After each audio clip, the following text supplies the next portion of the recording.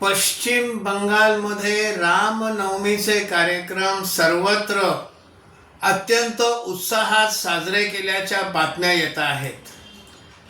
काही कोटी लोक संपूर्ण पश्चिम बंगालमध्ये त्याच्यामध्ये सहभागी झाले असं बातम्यांमध्ये आलेलं आहे.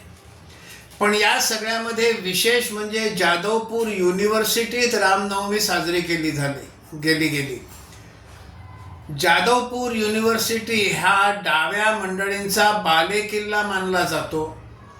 या ठिकाणी राष्ट्रवादी विचारांचे, हिंदुत्ववादी विचारांचे कार्यक्रम होऊ दिले जात नाहीत.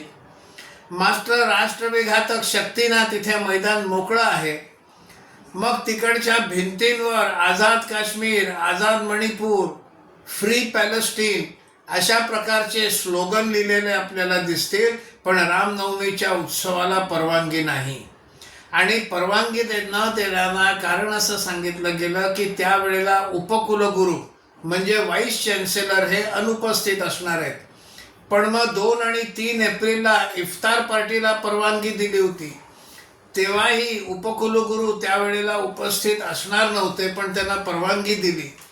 मग तिकडचे जे विद्यार्थी कार्यकर्ते आहेत त्याच्यामध्ये सोमसूर्य बॅनर्जी, निखिल दास या मंडळींनी पुढाकार घेतला आणि हे दाखवून दिलं. राज्यपालांना सुद्धा त्यांनी पत्र लिहिली आणि मग त्यानंतर त्यांना परवानगी मिळाली. आणि परवानगी मिळाली नाही तरी आम्ही साजरं करणार, पोलिसांना देखील त्यांनी पत्र दिली.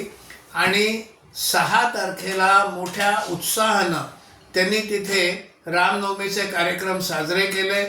विशेष म्हणजे दरवाजाच्या समोरच असलेलं जे टेक्नॉलॉजी भवन, त्या टेक्नॉलॉजी भवनच्या समोरच रामाची मूर्ती ठेवली. तिथे बसून हनुमान चालिसाचा पाठ केला आणि आजूबाजूच्या भिंतींवर जिथे free Palestine, free Manipur, free Kashmir असे जे स्लोगन लिहिले होते त्याच्यावरती प्रभू रामचंद्रांचे, योगी अरविंदांचे वगैरे मोठे फोटो ठेवून भिंतीवर ते लिहिलेलं देखील त्यांनी झाकून टाकलं. अशा प्रकारे डाव्यांचा बालेकिल्ला असलेल्या जादवपूर युनिव्हर्सिटीमध्ये रामनवमी ही मोठ्या उत्साहानं साजरी केली गेली.